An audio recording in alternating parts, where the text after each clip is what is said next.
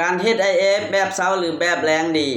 คลิปนี้มีคำตอบการเฮ็ด IF Intermittent Fasting บ่มีสูตรตายตัว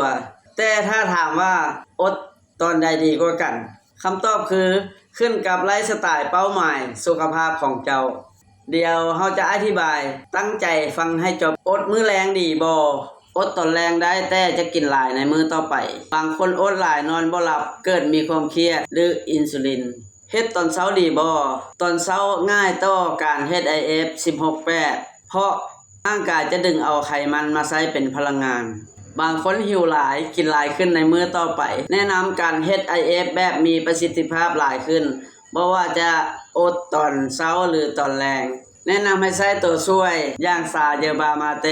และไฟเบอร์สูตรเฉพาะช่วยคุ้มหิวอิ่มนานและเผาผลาญดีขึ้นแล้วเจ้าอดตอนใดเวิร์กที่สุด